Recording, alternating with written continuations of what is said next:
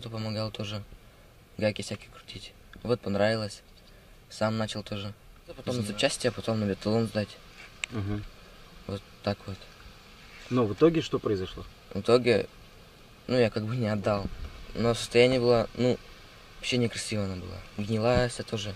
Так вот тут колеса, покрасили ее. Колеса нравятся вот мне. Вот чем колеса нравятся? Потому что они такие широкие, необычные, никого таких нет больше в Куе.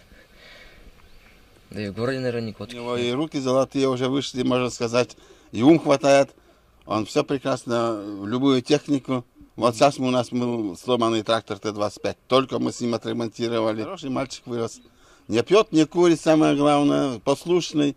Маме помогает. Всю работу на нем. Все хозяйство сейчас они на работе, а все хозяйство на нем.